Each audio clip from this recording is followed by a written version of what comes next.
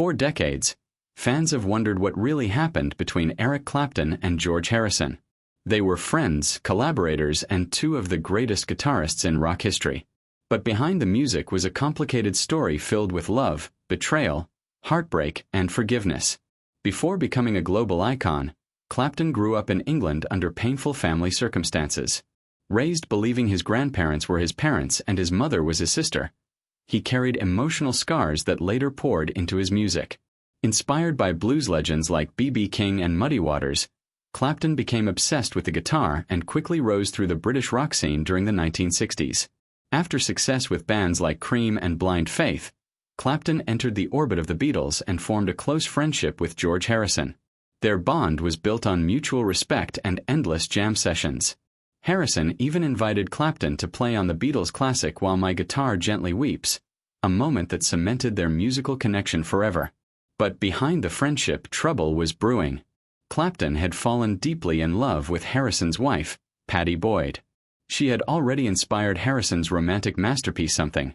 But soon she became the center of one of rock music's most infamous love triangles. Clapton's obsession with Boyd inspired him to write Layla, a song filled with desperation, longing, and emotional pain. Years later, Harrison and Boyd divorced, and Clapton eventually married her in 1979. To the public, it looked like Clapton had stolen his best friend's wife. Many assumed the friendship between the two men was over forever. But according to Clapton, the truth was far more complicated. Now at 80 years old, Clapton has finally spoken openly about Harrison and the guilt he carried for decades. He admitted that George was deeply hurt by the situation, but also revealed something remarkable. Harrison forgave him. Clapton described George as one of the most peaceful and compassionate people he had ever known. Despite the betrayal, the two musicians continued performing together and remained close friends throughout the years. George was like a brother to me, Clapton confessed. He was the most forgiving man I've ever known. As Harrison battled illness in the late 1990s, Clapton stayed by his side.